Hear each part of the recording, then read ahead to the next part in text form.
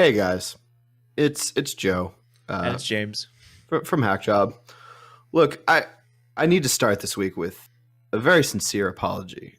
We were planning to do an Endgame episode. We were kind of off and on. Did we need it? Was it necessary? I thought maybe we would want to do it. And I really thought the only reason I'd want to do it is if I had something interesting to say, maybe something a little bit more negative.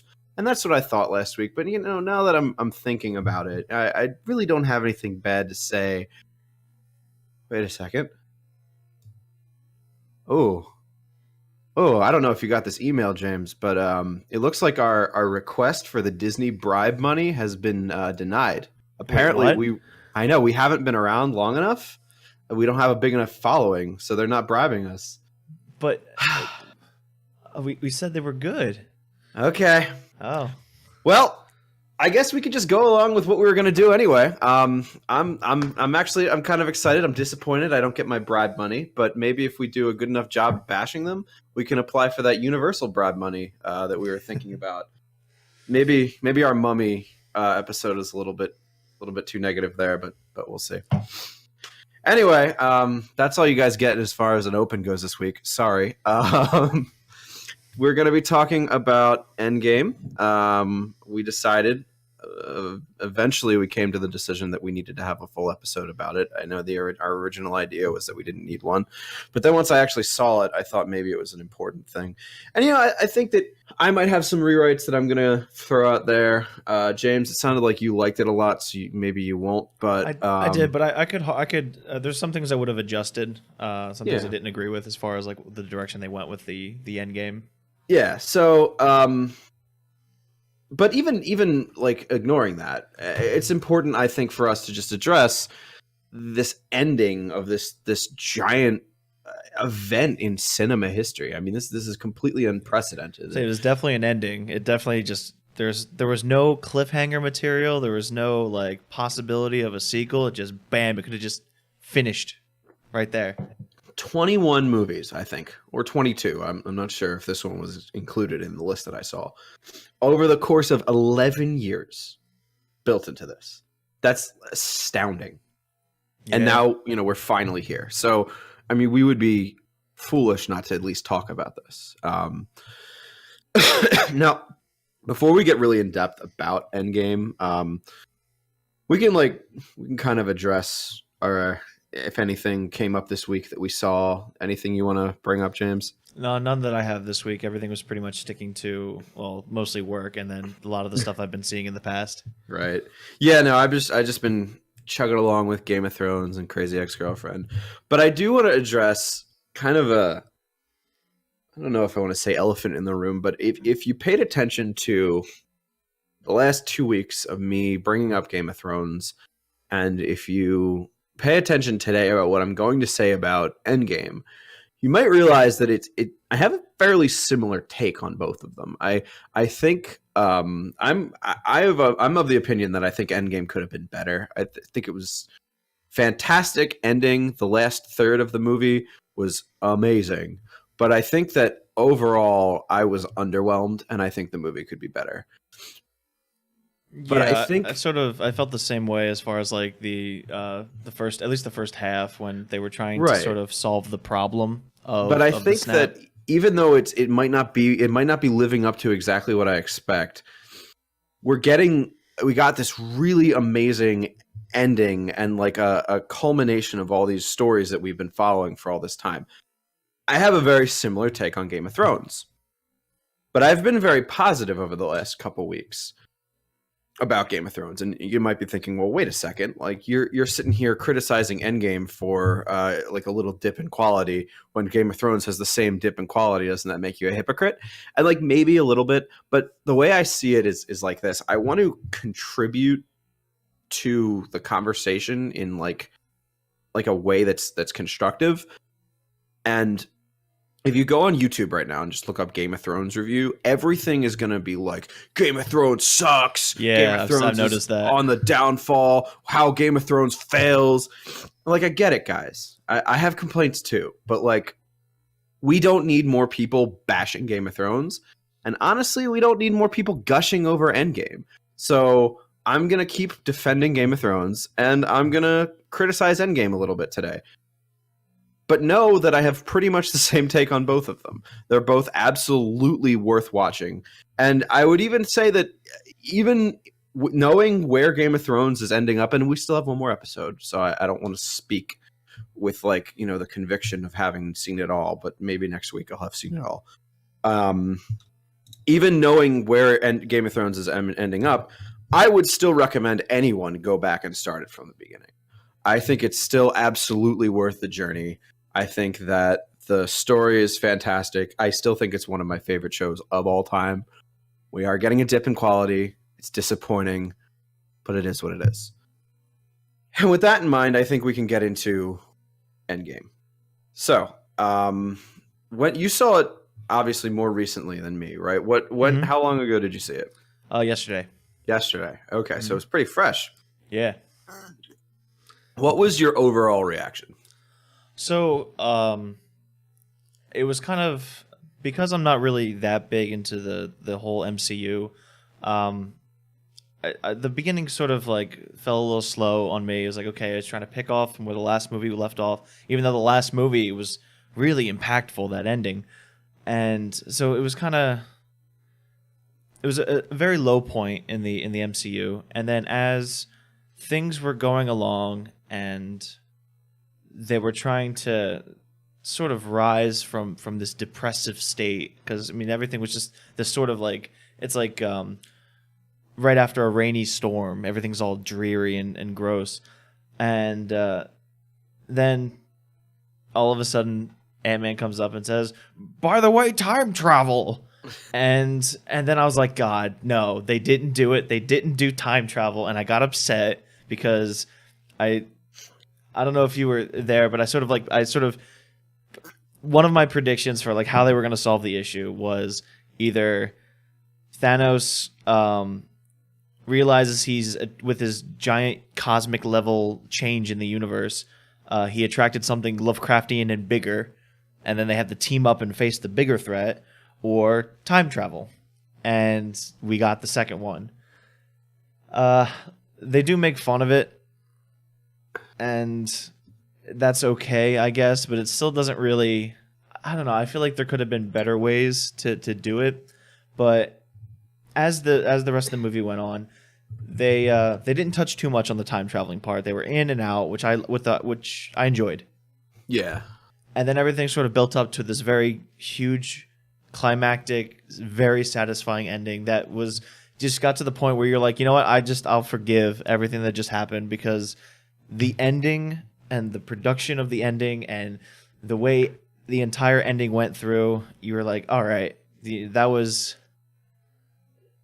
you instantly forgive everything. At least that's for me. I instantly forgave everything in the past. I still didn't like the time travel part, but I was like, okay, as a storytelling device, if it was necessary to lead up into this moment, sure. And that was pretty much what I thought of that entire thing. I loved the ending. I thought the whole final, I mean, overall, it felt like three separate movies, right?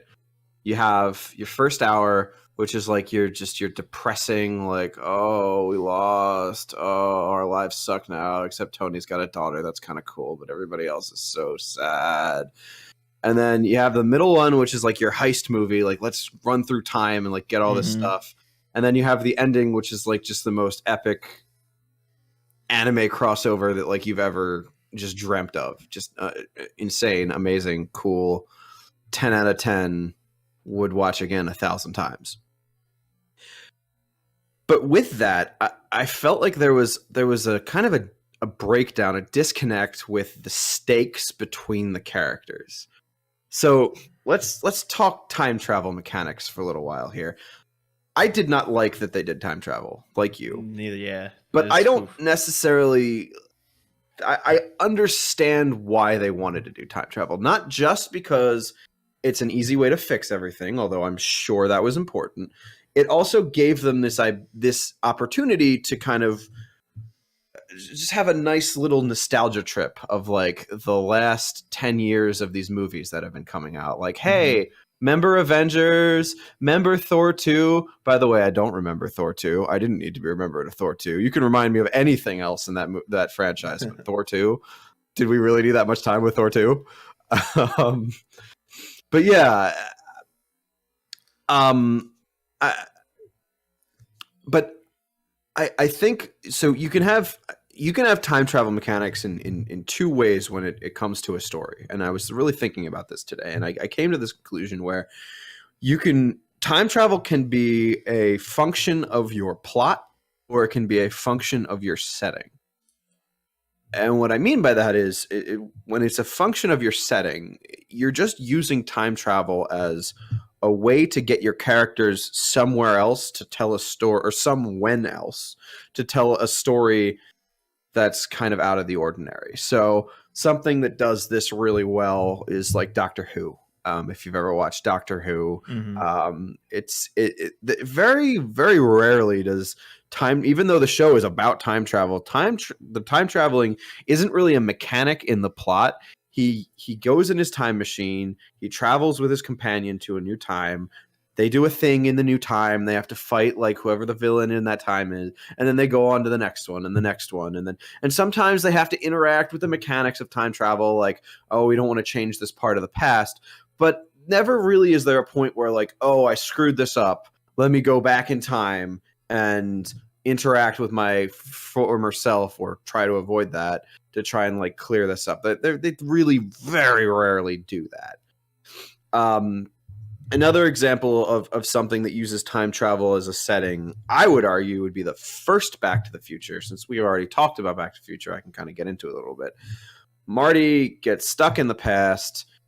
Most of the story takes place there. He has to do stuff in the past. He doesn't go back to the past to try and fix something and then go back to the future until the second one. And then, if you remember, both of us had a lot of criticisms about the second Back to the Future, where at this point, time travel is part of the plot. Like, okay, we have to fix this, so we're using time travel to this end. And in Endgame, time travel was very much a function of the plot, to the setting to a smaller extent. I think, like we said, Marvel wanted to give people a chance to live in these little nostalgia moments of like the movies that they've been watching over the last 10 years. But for the most part, it was a function of the plot.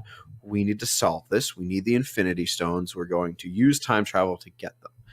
And my biggest criticism of this type of time travel, and I'm not saying that it's impossible to do, but you have to be really careful of it, because if you do it the way that Back to the Future 2 does, and I would argue Endgame does, you risk disjointing your protagonists from really any kind of conflict. Like it kind of feels like nothing really like threatens them, because they always have this reset button. And like, what was my biggest complaint with Back to the Future 2? The main villain, Biff, they kind of created him themselves. I mean, he was the villain in Back to the Future 1, but that movie was contained within the 50s, and they were just fighting him within the context of stuff that's happening in the 50s. In Back to the Future 2, they're following him through time to try and like change things that he changes. And since he got the time traveling from them, you kind of like lose those stakes. He doesn't seem as threatening. That's the impression that I got from this movie. Well, it seems like the same thing with the Avengers, where the protagonists, the superheroes, they actually recreate Thanos as a villain because he gets the nebulous, and he finds out they're all time travelers. And I guess they try to mitigate it, but they're like, since they're like, oh, we don't have that many Pym particles, so like they have a very finite resource of being able to do this. So there's like a sense of urgency and a sense of tension, but until they realize they can just get more. But yeah, but so they quickly throw that away, and then also, like you were saying before, they recreate Thanos as an enemy, and they almost royally screwed up. But they did recreate him, but they didn't. And that's my biggest complaint. That's the thing, and I think the difference between me and most people is, as much as I loved the last third, I could still sit there during that part and have this little eking part in the back of my head, like, this doesn't feel, the stakes here do not feel as real as they did in Infinity War. This is not the same Thanos. This is a Thanos from 5 years earlier. Yeah, he's still evil. Yeah, he has the same agenda, but he has not been through everything that these characters have been through. He has not experienced the things that he did to them. The stakes are not the same for him, and it just didn't feel the same to me. When I'm watching this awesome culminating fight, all I could think of how much better that would feel is if this were the same Thanos that had done everything in Infinity War to them. You can see it perfectly encapsulated in that scene where he fights Scarlet Witch, where she says, "You've taken everything from me," and he's just like, "Girl, I don't even know who you are." And like, I think they tried to make that like a funny little thing, but for me, that was that not hurts. Funny. Yeah, it hurts because like it's so real for her, and for him, it's just like, yeah, whatever. And he gets like. He gets all angry and he's like, "Oh, I don't, it's typically not personal, but man, the things I'm going to do to this world." Like, why? Yeah, this is the first time you're really here. Happened. From your perspective, this is the first time you're here. Yeah, you sent Loki here to do things, but like you weren't there. If anything, you should be thanking them because they helped you find your Infinity Stones. They moved up your plan 5 years right here. They brought them right to you. Otherwise, you would have to go out and find them all. But no, they delivered them right to you. You should be happy. Yeah, I wasn't a fan of like how Thanos became he went from this in-depth character, and yeah, I didn't sort of agree with it in Infinity War, but it brought so much meat to who he was as a villain. I really liked it in Infinity War. And I understand the criticism of like it doesn't really make sense. Like, why would he think that killing half of the population would help if like, oh, you're killing half of the resources too, because resources are living things. All of that makes sense. You can nitpick it to death.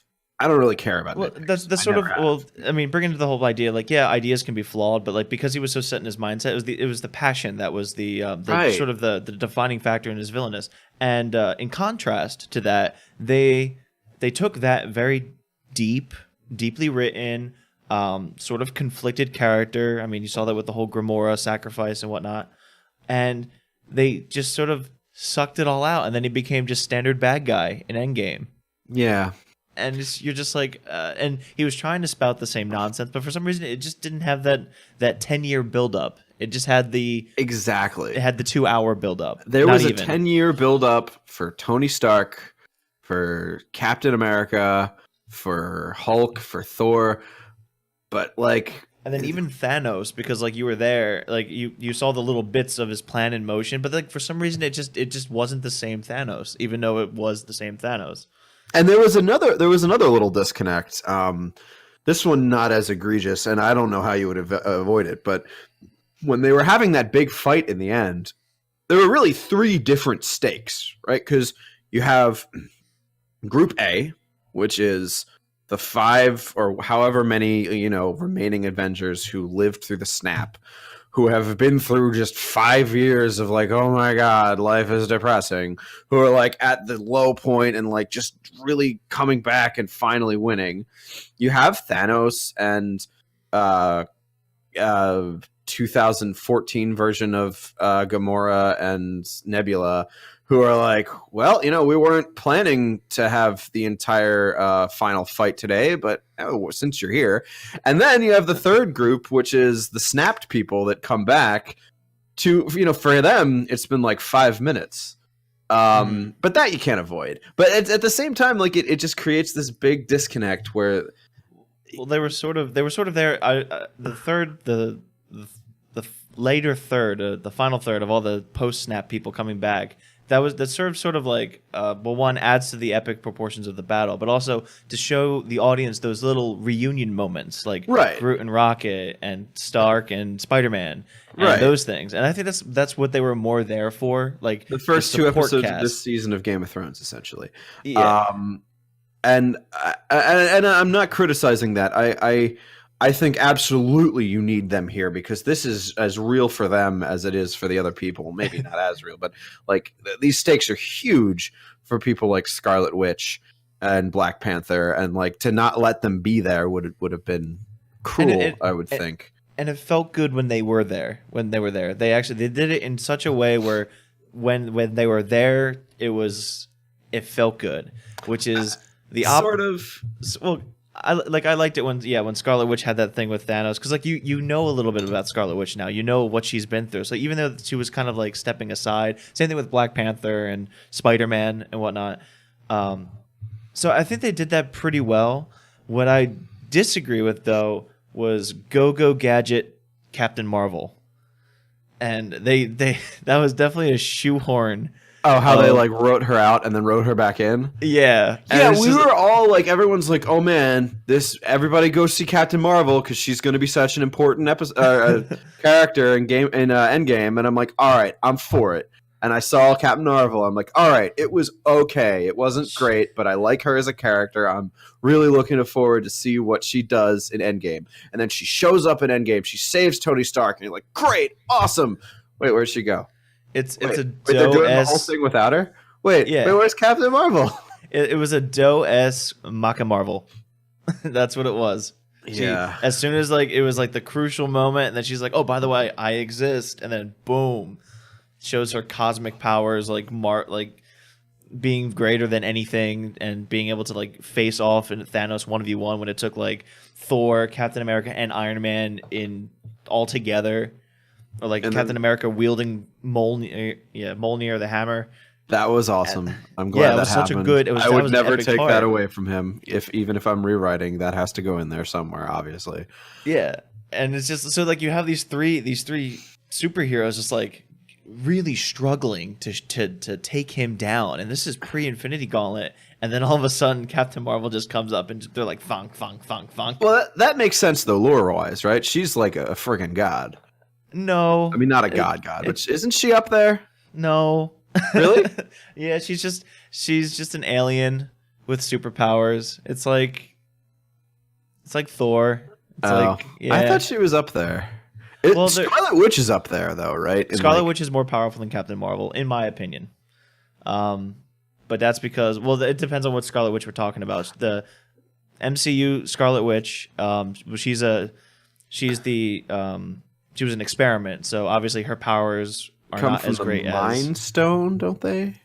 I think, but they're not as powerful as Mutant Scarlet Witch, which is the original Scarlet Witch who got her powers for being a mutant, and then she gets it from a cosmic entity like in a different dimension. But that's near here though. It's like chaos magic, so it's neither here nor there.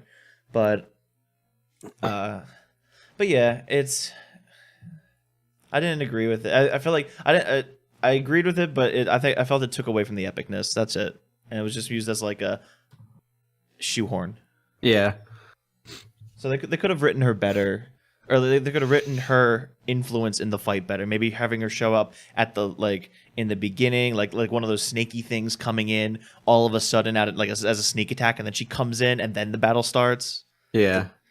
Things like that. Like I don't mind her being there. I think she would have been great to be there. But not at the last minute. Also, just another annoying little nitpick. I get that the Infinity or the Gauntlet, the snap is supposed to kill like half of the people, but it's not particularly discriminatory as far as like proportion goes for like franchise. Like it took everyone from Black Panther except for one person, everyone from Guardians of the Galaxy except for one person. Thor people pretty much completely untouched. Yeah. Thor's fine, Valkyrie's fine, Meek's fine, Gorp's fine. That's just I just noticed that. I'm like, wait a second. But yeah, I think that I think my biggest issue, if I could maybe summarize and put a little bit of a spin on it, is that I just don't think that this holds up to Infinity War. Yeah, and I think that the reason I loved Infinity War so much is because the stakes felt so real for absolutely everyone. Thanos especially, but every character, you could tell that they know exactly what's going on here. They know how serious this is. And for this movie, there's a disconnect. There's a disconnect between the villains and the heroes. And it suffers for it. Yeah, it's definitely. I think Infinity War did a lot better storytelling. It had a flow with its conflicts and with its characters, and it showed, like you said, the sense of risk and how much the stakes were, as far as like what was going to happen, and then it paid off with a very quiet climax. I want to say, like with the snap, because you don't expect. I mean, when you watch these superhero movies, you expect the snap never to occur, and then it Right. does. Yeah. And that's such a great moment in storytelling, I think, because you subvert the audience's expectations of, oh, the heroes didn't succeed this time, and then that sort of resolves at Endgame. So it's not, and I don't think it's Endgame's fault, because Infinity War had No, the freedom to do that, to I subvert those think expectations. they But then, kind of did write themselves into a corner with the way that Endgame ended. yeah, Um, well, the fact that like they wrote themselves into just a hole. It's like a hole, but also it's a an opening, because now that they've completely ended this, it's like I see no other way a plot device could be threaded out of this without like really going out of your way and making something. But then it gives them the ability to just start a new storyline. And I think whatever they're going to do for Act Three, or part three, is it, or is it part four? Uh, well, Whatever the next part is. I mean, it's what do they call them? They don't call them acts or part. It's phase. Phase, yeah. I think it would technically be phase four, but Okay. everything so far has been like I think they call it like the Infinity Saga or something. Hmm.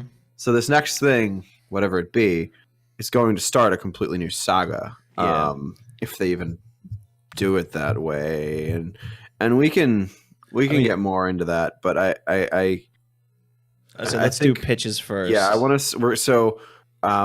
We're gonna do two sets of pitches this week, everyone. We're gonna do our pitches for what we think we would want to change in Infinity War, and not in Infinity War, in Endgame. I've been doing that like all month. I've been confusing the two. And then after we're done with that, we're gonna do like slightly more zoomed out pitches of where we think the MCU should be moving, if at all. Um, so yeah, I mean, end game pitches. Do you want me to start? Actually, I'll start, because I don't really have like a pitch, because it's really, I liked the way in reference to the entire phase of, or the Infinity phase, on how it ended. I wouldn't. I don't think it's as much. There's like just small nitpicks rather than like an entire rewrite. Right. Um, I would have liked if I had the choice between Lovecraftian entity that was bigger than everybody and time travel, I would have picked the entity. Another thing I would have done, though, was the introduction of Adam Warlock, and because of Adam Warlock's nature, he's supposed to be a being that's so powerful that at any point he could be corrupted. He can corrupt himself and then be a bad guy. So he was the one. He is able to defeat Thanos. He is a wielder of the Infinity Gauntlet. So you see this sort of this. I wouldn't have destroyed the stones, first of all.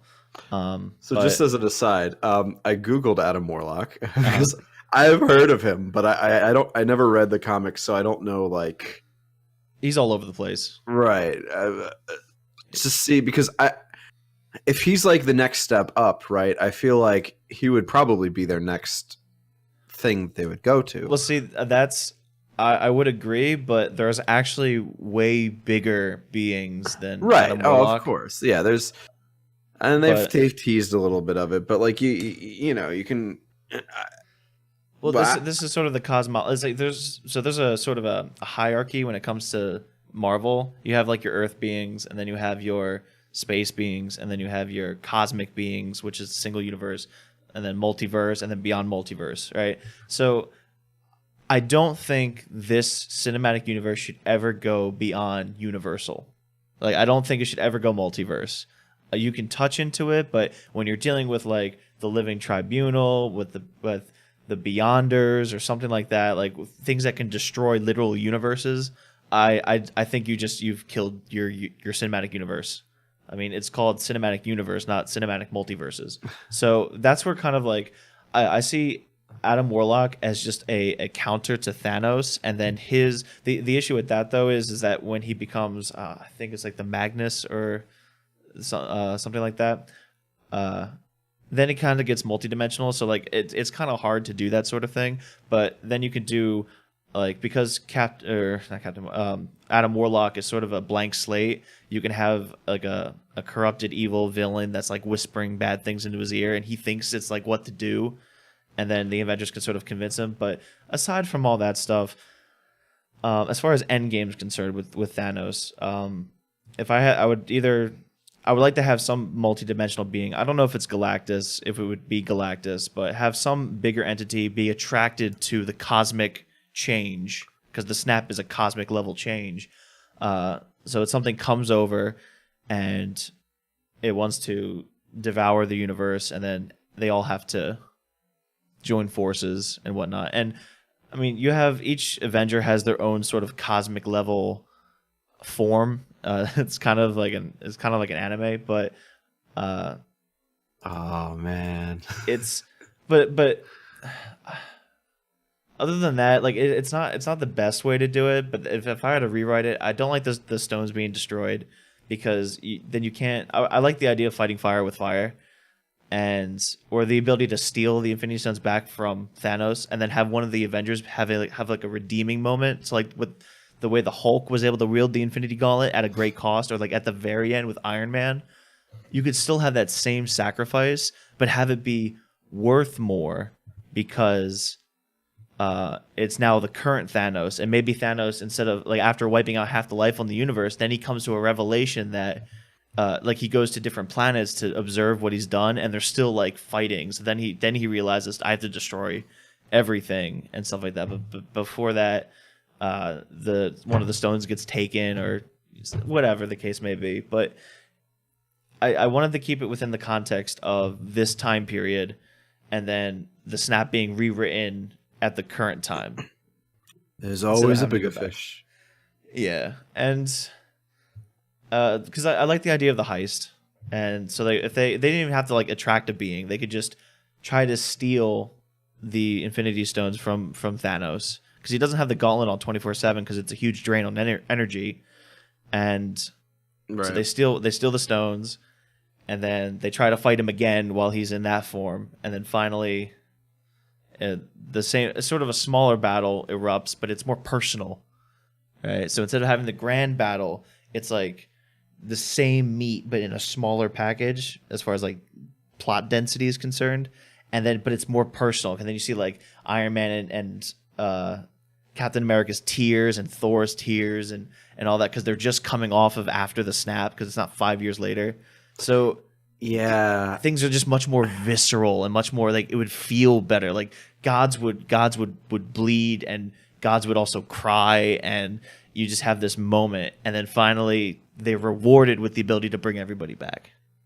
And that's how so you actually nix the cosmic level entity out entirely, but you still have that personal level. My biggest problem with the cosmic level entity, like I don't think there should be something bigger than Thanos in this run. Because I think that you spent so much time building Thanos as the villain that it would just feel kind of cheap to introduce somebody in for one movie. Yeah, that's definitely a good point. Also, aside, Adam Warlock, as I was Googling, rumor has it he's going to be played by Zac Efron in Guardians of the Galaxy 3. That makes sense. So that could be interesting. The culmination of the beginning of Zac Efron's career with Disney some 15 or so years ago on High School Musical. And now he's one of the most powerful beings in the Marvel universe, if that actually goes through. So that's cool. So for me personally, I really thought about let's throw out the time travel, but because I didn't like the idea of the time travel. But then, when I thought about it, I realized they wanted to have it there. They wanted to have those little moments where they go back and see the past, where Tony talks to his father and gets that like closure. Thor and his mom. Yeah, Thor and his mom. So fair. We can keep all that. But don't kill Thanos. Please don't kill Thanos. And my problem with killing Thanos isn't, it's not like a Man of Steel kind of thing. Like Thor wouldn't do that. Like, no, fuck that. They can kill Thanos if they want to from a moral perspective. It's more of the like, that those are your stakes. That's your villain. You're killing your villain in the first 5 minutes, and then the person you're introducing is like sort of Thanos, but sort of not. Everything I brought up in my analysis. Mhm. So instead of killing Thanos, we play the beginning typically like we played it so far. Captain Marvel takes them out there. They find Thanos. Maybe even they chop off his hand in the Infinity Gauntlet. I don't think they should destroy the stones either. I understand that you kind of wrote yourself into a corner with the end of Infinity War because you don't want it to be able you don't want them to be able to take it back easily. Obviously, it has to be hard. You don't really want to undo what Thanos did like right there in his presence because he did like so much work for it. He kind of had this like sort of nice ending with Thanos in a weird way. It's kind of nice. So I don't think that that they should be taken away, but like it's kind of written into a corner because you think, well, wouldn't Thanos destroy them so that no one else could do it again? But you could just like hardline like establish world building right there and just say that the Infinity Stones can't be destroyed. Because I mean, can they? I don't know about in the comic book lore. Can they? Yeah, they've been known to shatter. Okay. But, you're Disney. You haven't been following the comics anyway, so you can just be like, yeah, no, they can't be destroyed. So instead, when they take off the gauntlet, they find that 5 of them are missing, and the only one that's left is the Time Stone. And he's like, oh, yeah, I used the Time Stone to banish the other 5 in, like, random timelines all throughout the world. You'll never find them. And that way, they're still gone, but we don't destroy them. We still have the Time Stone. And then we can use the Time Stone to do our time traveling because we already have within the overall like MCU a thing that manipulates time. It feels kind of stupid to ignore that and introduce a whole nother thing that manipulates time. So instead of the Pym particle like tiny, traveling through the what are they like the quantum realm? Yeah, quantum physics, exactly. We're just going to stick with the Time Stone. So they still have the Time Stone. And as it turns out, and I might need a little help right here with like how you use these things. The Mind Stone. You can use that to like influence people's minds, right? Yes. So could Thanos, in theory, use the Mind Stone to trick everyone into realizing that he does not have the Mind Stone, into thinking that he doesn't have it? It Maybe? depends. I'm going to say yes. I'm going to say yes at this point because the reason why I say is because the reason why the Infinity Gauntlet is so powerful is because it actually uses the Power Stone as a battery, and it's the foundation that amplifies all the other stones' powers. So I don't know, but for this, I'm going to say yes. The Mind Stone by itself can influence multiple people or groups of people. So just, I mean, for the purpose of our story, it does. So maybe he's wearing it around his neck, but they can't see it because he's using it to make so they can't see it. So he kept the Time Stone because he couldn't get rid of it. He needed to use that to banish the others, and he kept the Mind Stone as like a last chance, like, if something screws up, I can use this to save myself. So they take him, they lock him away. Maybe they cut off his arm, maybe they haven't. And he's like under lock and key, and then they mope for a little while, and they realize, well, maybe we can go out and find the other stones. And they're like, well, he hid them in these crazy places, we'll never find them. And then somebody like just dawns on them, we don't necessarily have to go find the ones that he was using. We have the Time Stone now. We can go back in time and try and find ones, go back in time to places where we know they are and retrieve them there. So that way we get pretty much all the little beats that we had before, where they get to go back in time and find the Mind Stone, or go back in time and find all the stones. But they don't have to like experiment with new technology and whatever. So I'm gonna, and this might also be a stretch, to use the Time Stone to send other people back in time. Think you can do that? Maybe. Yeah. We'll say you can, and we'll say, so that we don't write her out of the story, and then write her back in. We'll give it to the Captain Marvel because she's like the alien with alien powers of the group other than Thor. So they're like, she's probably the best person to do this.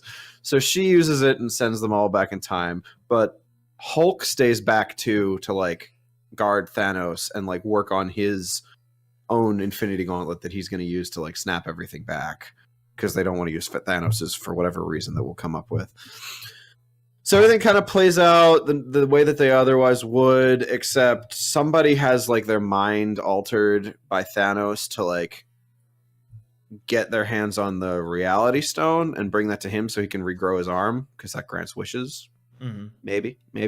Well, it just alters reality, so yeah, you can just grow his arm. Good enough. So, and really, what this is all building to, I really want to see a scene where Hulk and Thanos fight each other, both with Infinity Gauntlets, each having like 3 stones in them each. Just because I think that'd be really cool.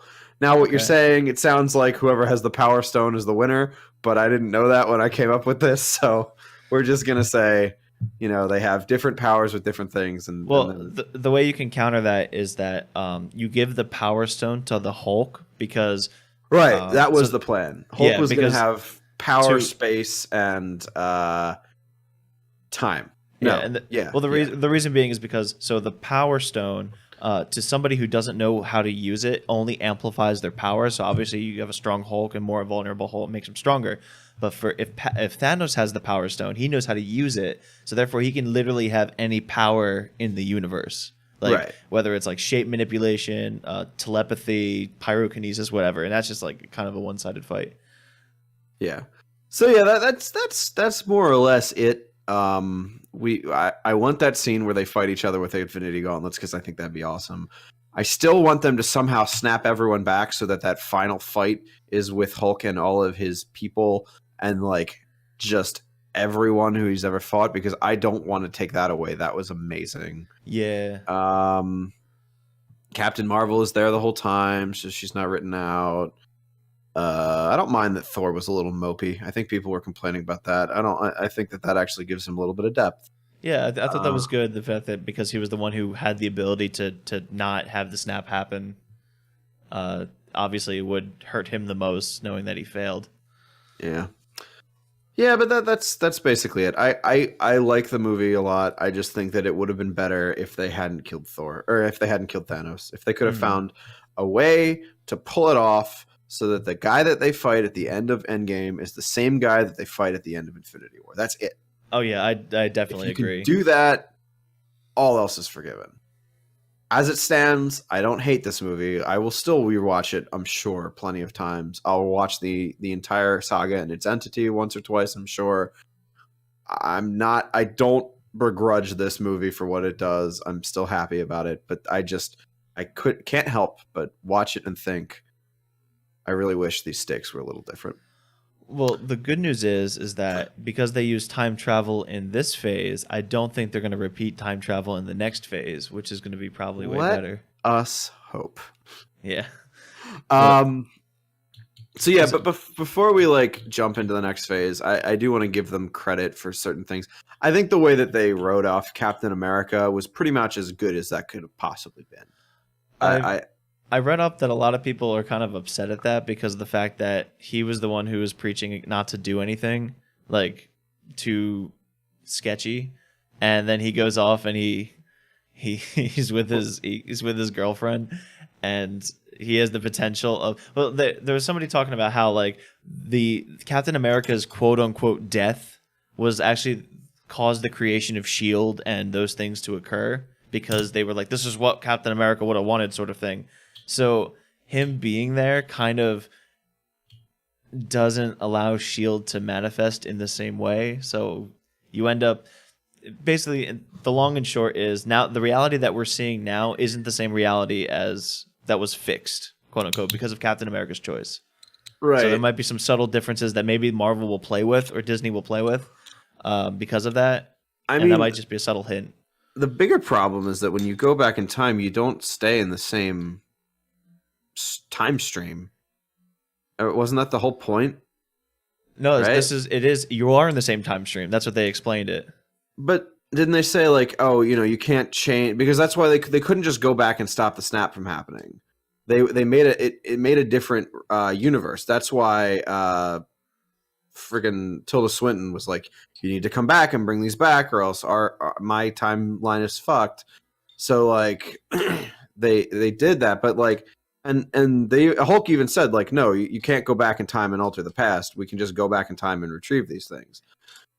So like so okay, Captain America doesn't go back in time and he doesn't change the fact that Shield was formed. So maybe that's fine.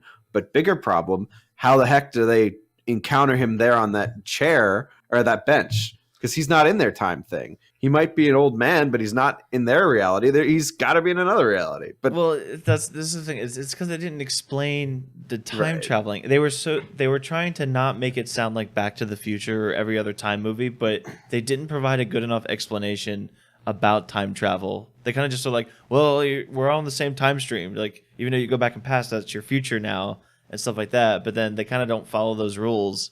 So it's just, and that's why I think the Infinity or the Time Stone would have been better, because it's magic. yeah, and you can You just don't- do whatever. Yeah, it's like you don't have to explain it scientifically. You just be like, Time magic. So anyway, unless you have anything else to say, we should probably just get right into Yep. our discussion of the MCU next- going forward. Oh yeah. So first off, kind of the big question I think that I'm going to have is, how does that 5-year gap affect everything? Like, it's kind of off. Like, they're going to be, every movie's going to be 5 years in the future from now on. yeah. Or are they going to wait 5 years to make movies? Like, that's clearly not the case, because they already have Spider-Man Far From Home planned. Well, it depends if Spider-Man Far From Home is pre-snap or post-snap. I don't know if it's. I haven't received any information if it's either. It's absolutely post snap, because is? if you watch there's the most recent trailer. Tom Holland comes out before the trailer, and he says in his like just disturbing English accent, he's an English person, but like you're like, wait, you're Spider-Man, why are you talking in an English accent? He's like, oh, don't watch this trailer if you haven't seen Endgame, because it spoils it quite a lot. And then you watch the trailer, and it starts out with like, "Oh my God, Tony's dead. What are we gonna do? Oh my God, okay. I have to be Spider-Man in a world where Iron Man doesn't exist." And like, I think that it's good that it's post snap, because he's going to be taking on, I'm sure, a much more, a much bigger role in the next, phase, and he's going to be doing his stuff with, Jake Gyllenhaal's character. What is it? Mysterio? Okay. Yeah, Mysterio's in it. I don't know if you knew that. Yeah. So yeah. So I'm glad that happens. But like, he's now like 5 years behind everyone else out there. Like, he goes on this field trip with like kids in his class. Are we to assume that everyone that goes on that field trip with him was also snapped with him? Like, wouldn't half of the people that he was at school with not snapped? So wouldn't they be 5 years ahead of him? Yeah, there's so many questions. So now I guess, okay, we can take it. So I guess MJ, his fat Filipino sidekick, and like all of his other like kids that like interact with him, they were all snapped. Okay, fine. I guess we can take that. You know what I think would be great? If Disney just didn't address it at all. Like, they just try to play it off like it never happened, never say anything about it. I would think that'd be hilarious, because everyone on the internet's heads would just explode. Like, they could finally rid us of like CinemaSins. Like, he would just die. He wouldn't be able to contest with that. Like, but yeah, no, they're gonna address it somehow, and I'm sure it's gonna be like whatever. But yeah, as far as what we know is planned, I think it's just Far From Home and Guardians of the Galaxy 3, right? Are there any others? Yeah, as far as I know, I haven't heard any. Yeah, I haven't heard of anything else. Yeah. So my big thing, we can get into your ideas in a moment, but I was really thinking, I don't know what you can do right now. Like, with everything being as it is, the big characters in the Avengers are gone, and that's okay. We've had plenty of time with them. So we're probably not going to call it Avengers, but what do we call it? Who's the focus now? and like what's the bigger fish, and like on like a practical perspective, how many of these actors want to keep making these movies forever? Like, so I was thinking maybe you hard reboot it because you want to find a way to include the X-Men. So maybe just like completely hard reboot everything, like recast everyone except for Deadpool because he can make jokes about how he wasn't recast. But you know, there's a lot of problems with that too, and there are a lot of characters who I think deserve more movies. Well, the big thing that you can actually do is because the X-Men movies aren't in the same universe as the Marvel Cinematic Universe, you Well, don't they have to reboot them.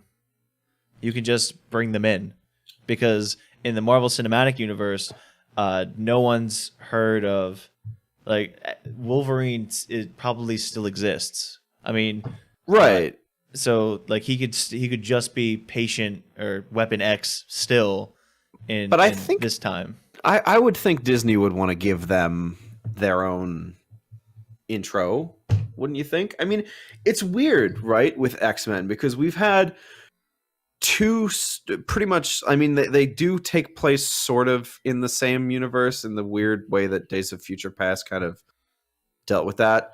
But like we've had two separate origin stories sort of for X-Men so far.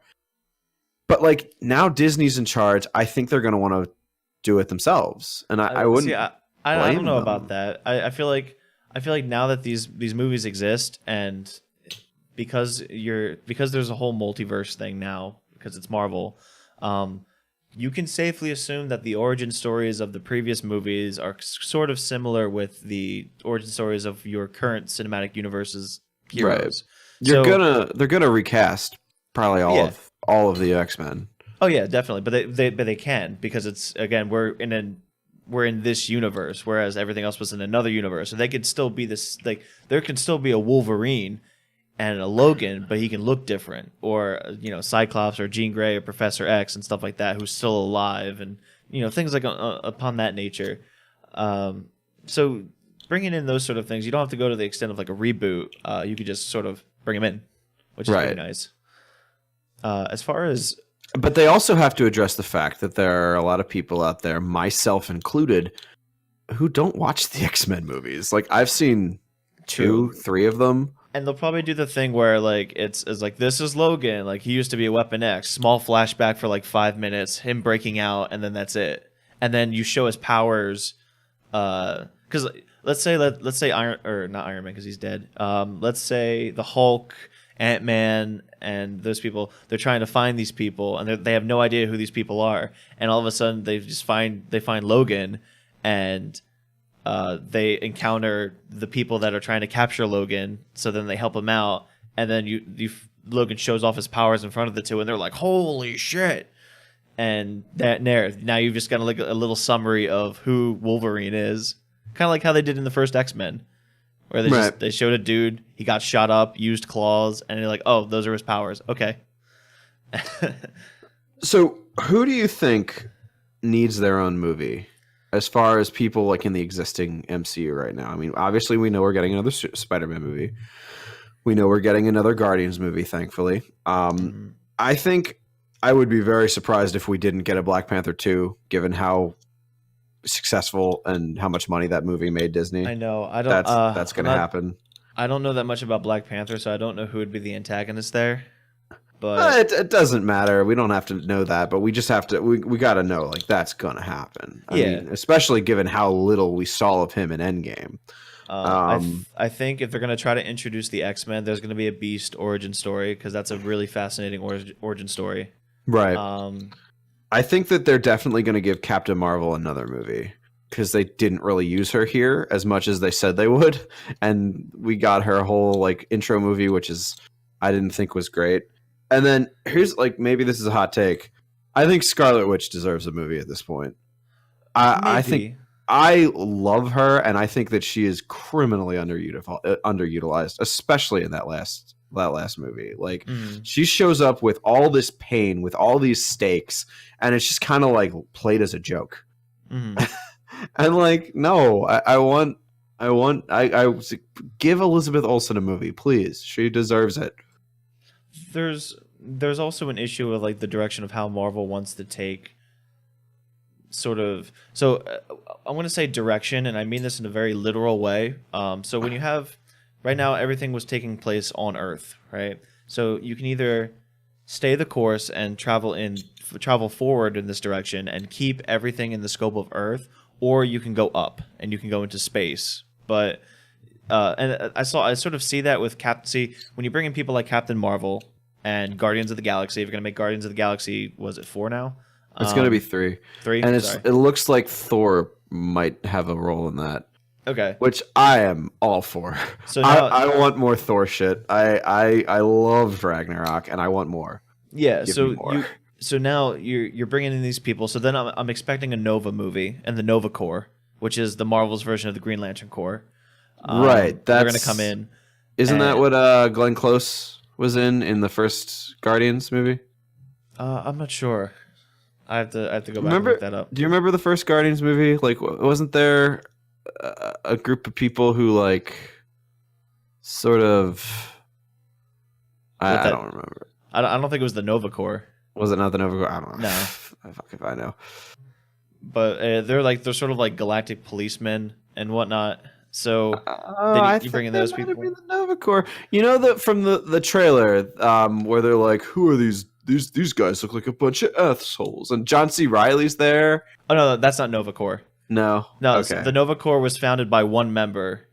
I forget his name, but he's the original Nova, and then Okay. he used his powers to form a group of people, and then who also get those powers and whatnot. And it's just like, and it's like Captain Marvel. It's energy manipulation and stuff like that. You know what I was thinking about today, which I think might be an interesting idea. You separate them for a while, for a good while. Like you put Thor in with the Guardians, where I think he fits pretty naturally, and you take him out there and you gallivant through space, and you have a whole fun space adventure, and you have a couple movies where they're doing space shit, and then you do Earth and you focus on Spider-Man just because it looks like they're going to be focusing on Spider-Man. That might not be my choice. I think I want to see some Miles Morales, but like I don't think that's going to happen because that's another universe. They're pretty well. I mean, they can do whatever they want. They can make it one universe if they want to, but I don't think they will because I think they're pretty bought into Tom Holland right now. So yeah, they focus on Spider-Man and have him like bringing in the X-Men and all that, and like you keep them separate for like years, literal years, and then eventually you bring them together again, sort of like what they did when they put the Guardians into Infinity War, except we're keeping space pretty much completely out of it. So Thor is out there in space too. Thor is not on Earth, being the one space guy on Earth. Maybe we keep Captain Marvel on Earth and have her be like the fish out of water, or maybe not. I think there could be some interesting interplay with her and like Doctor Strange and Scarlet Witch. Maybe if you don't want to give all of them their own movies, maybe just have one movie. Like maybe have the two of them be pretty prominent in Captain Marvel too. Well, another big person to bring in is Reed Richards from the Fantastic Four. Yes, so we're you absolutely need to find a way to make Fantastic Four work. And I this know is it's why hard. I know it's hard, Disney, but you need to do it. I'm gonna make this prediction. So I have a couple villains I have a couple people who's gonna be the main antagonist, the Thanos level person in Phase 4, and it's going to be So you have I'm gonna separate them into two things. You have your cosmic level entities if they decide to go up. So you have your Galactus. Don't think that's going to happen. Dormammu, which you see in Doctor Strange. We've seen Dormammu before, yeah. And the Beyonders. Now the Beyonders, that's a stretch, huge stretch, because they're really, really powerful creatures. But never heard of them. Let me Google them. And then you have Earth level characters that are really, really powerful. So Mad Jim Jaspers, any of the mutants. So you have Magneto. Mm-hmm. And the biggest one, though, that I'm predicting is going to be my Phase 4 antagonist, Doctor Doom. Doctor Doom? Yes. And because he has the ability because of his ability to absorb powers, there's a lot of comic book events that have him absorb cosmic level entities, one of them being the Beyonder. Um, and he becomes a Thanos and even more powerful than Thanos level character. And this is something that is going to be great because I Doctor Doom is a much more fleshed out character than Thanos is, and a much more sinister and yet logically non-malicious entity. It's weird because he's very logical, very rational, but he does not give a shit about anybody. So he creates a utopia. I think it's like, I forget, it's like Doomland or the Planet Doom or something like that, where everybody lives in harmony, but he's like the authoritarian dictator, and he just wipes people out with like a wave of his hand, but everybody's happy. So like there's so many different things you can play around with Doctor Doom as your antagonist, and because he hasn't really seen a good spotlight, I think a lot of people sort of tossed him aside because of his debuts in the terrible Fantastic Four movies, but he can really bring a show. Yeah, I don't really read the comics. I've seen the terrible Fantastic Four movies, but everyone who I've ever watched or talked to has said that Doctor Doom is like one of the coolest villains ever, and he's been so disgustingly underused. He's human, so like it's not like he's this alien from space that comes down and nobody can beat him. No, he's a human with powers and human intentions and human nature, and what they do with him is good. It's real good. Yeah, I'm looking at articles here. Avengers Endgame directors hint they would be returning to Marvel for Doctor Doom and the Fantastic Four. Yeah, and then the other one is Ultron. Like if Ultron comes back, because I know he goes on a tirade and he goes to other planets and infects people with the Ultron virus, and comes back with like an army. But I kind of doubt that, just because I think Ultron. Correct me if I'm wrong, but I feel like Ultron was like the low point of this whole. I'm just saying, like I don't these think they are did that these well are at things that all. could occur. And then there's one more. It's a little ludicrous, but this is something I just read about. There is a dimension where, so in the Marvel universe, there is an entity called Death, which is death. It's like Hades, pretty much. She has an entity, and she has a realm, and everybody who dies gets taken to her realm, and that's where they go. And she's responsible for like whoever dies, and like she's responsible for bringing them over. Well, there's a universe where death has been destroyed, and nobody can die. But when they die, they quote unquote die, they slowly go insane because of the fact that they can't die. So what ends up happening is you have a mirrored universe, the same as the Marvel Cinematic Universe, where you have versions of everybody, but they're evil, and it's called the Cancerverse, because since it can't die, it just like grows and becomes malignant and spreads. And so you're seeing like not grotesque, but like evil versions of every cinematic universe character. So I think that'd be pretty cool, especially when you bring back like someone like Iron Man, and you have to have Spider-Man fight a corrupted Iron Man, like a truly evil Iron Man, and then you have Bucky who has to fight Captain America who's evil, and then same thing with like Scarlett Johansson's a Black Widow, and all the people who have like died. It's like you could see like you'll be able to throw a lot of emotion there when people have to fight evil versions of the people that they loved. So that's another thing they can do. That can be like one movie. I don't think they would do that though. Yeah, I would say these are the ideas I would come up with, at least as padding for the Doctor Doom. Because like you can have all these things as like Ultron was a padded for the franchise, and things like that, and so was the second Guardians of the Galaxy. So you bring in these different like single movie events, and I think that'd be a good single movie event. And then Doctor Strange closes the portal to the dimension of the Cancerverse, and we're good. So that would be a good single movie. But yeah, I definitely think Doctor Doom is going to be the Phase 4 final antagonist that just really shakes things up.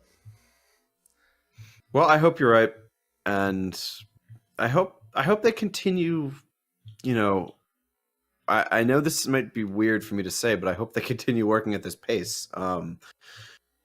Because I think there was a point when I was a little overwhelmed by superhero movies, and I didn't want any more. But I love them now, and I don't want them to stop. And I hope they find a way to make Fantastic Four work. I don't know how, but I think they can. I that have a lot of faith in that. that maybe we might.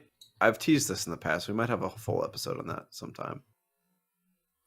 Because like, well, they don't have to do a Fantastic Four origin story because that's been done, so they can just kind of steer away from that. But I think it'd be cool if you had like a, I don't know, like a side character, like let's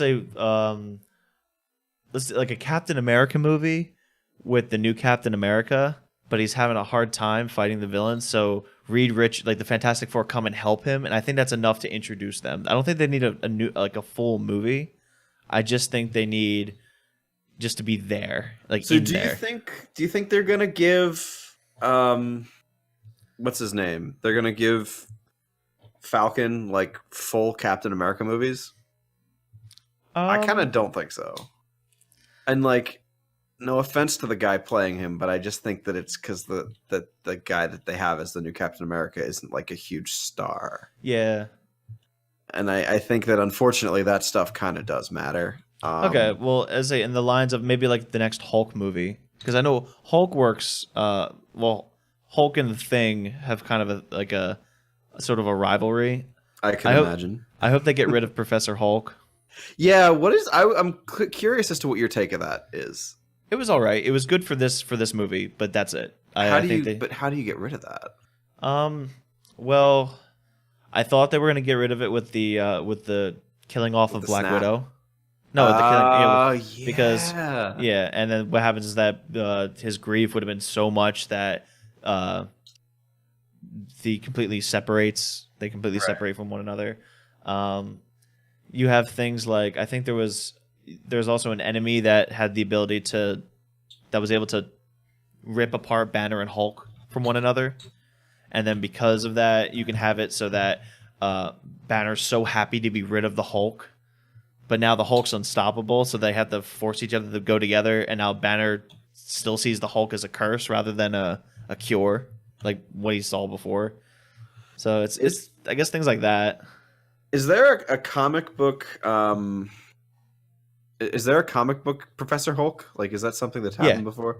Yeah. Yeah, it doesn't surprise me. I feel like that's It's the pretty same as like obvious. Worldbreaker Hulk in Thor Ragnarok. That's another Right. form of the Hulk. They kind of like draw from those kind of things.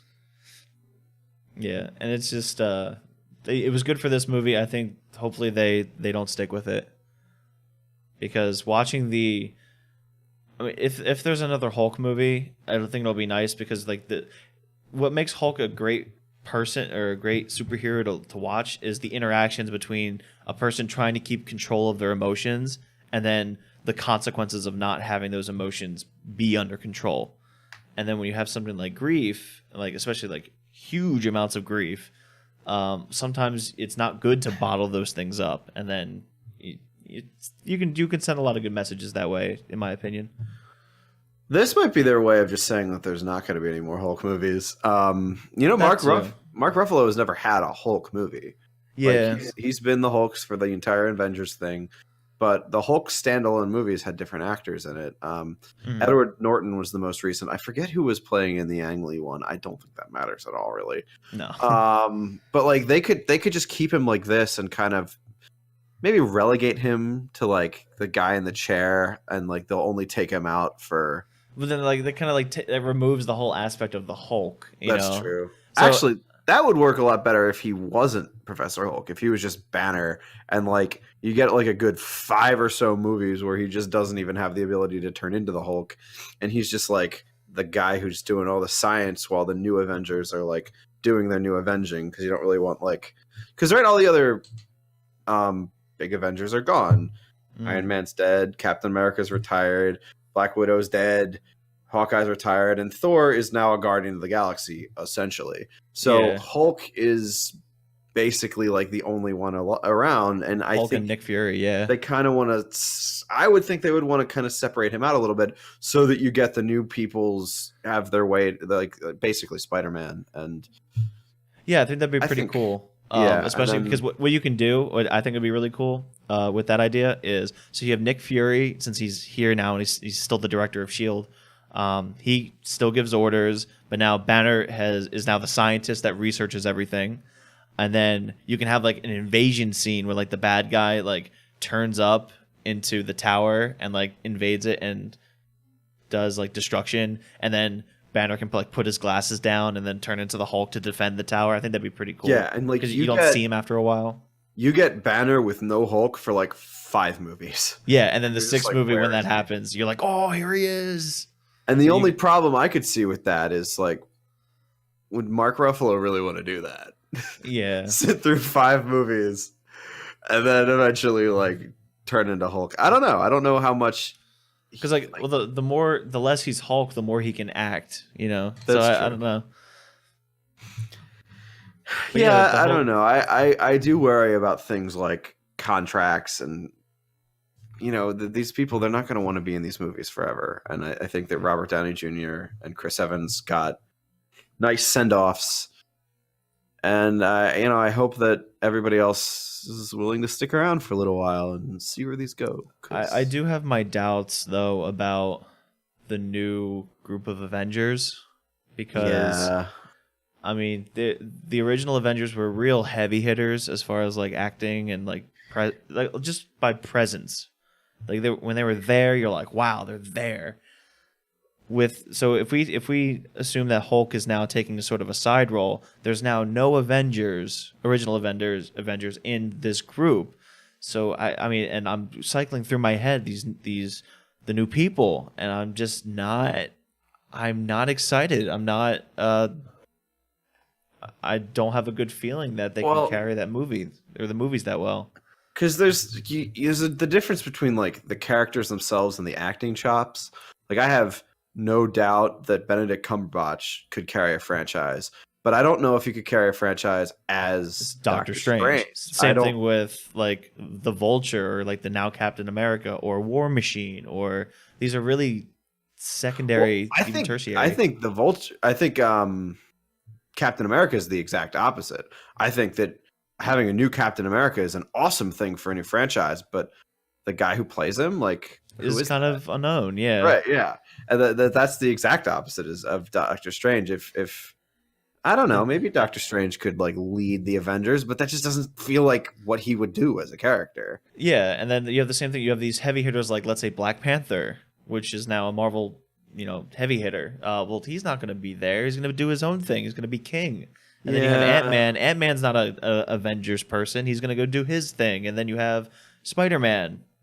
He's not going to be. He's going to do his own thing. So it's like all the ones you'd think would be together are going to be going off and doing their own thing. right. And I think they'll keep them separate for a while, and I So think then, that's so it's like, who fine. do you have left? Like I don't think Doctor Strange would probably be like the dad character of the Avengers group now.